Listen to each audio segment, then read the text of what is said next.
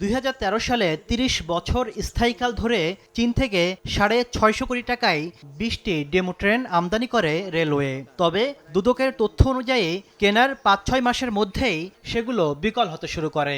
3 বছর আগে সবগুলোই স্থায়ীভাবে বন্ধ হয়ে যায়। দুদকের এজাহারে বলা হয়, সম্ভাব্যতা যাচাই ছাড়াই অকার্যকর ডেমো ট্রেন কিনে প্রায় 600 কোটি টাকার ক্ষতি করা হয়েছে।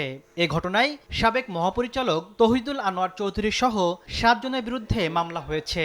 আর রেলের 10 ইঞ্জিন ক্রয়ে 322 কোটি টাকা রাজস্ব ক্ষতির অভিযোগে সাবেক মহাপরিচালক শামসুজ্জামান সহ 3 জনের বিরুদ্ধে মামলার অনুমোদন দিয়েছে কমিশন।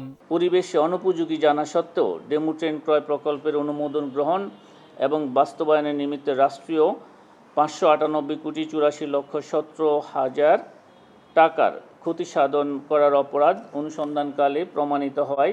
এদিকে ইসলামী ব্যাংক থেকে ঋণের নামে 363 কোটি টাকা আত্মসাতের অভিযোগে এস আলম গ্রুপের চেয়ারম্যান সাইফুল আলম, নাবিল গ্রুপের এমডি আমিনুল ইসলাম সহ 43 জনের বিরুদ্ধে মামলা হয়েছে। 363 কোটি টাকা বিতরণপূর্বক আত্মসাৎ এবং উক্ত অর্থের উৎস ও প্রকৃতি গোপন করার জন্য স্থানান্তর, রূপান্তর এবং হস্তান্তর করার অপরাধ অনুসন্ধানকালে প্রমাণিত হয়েছে।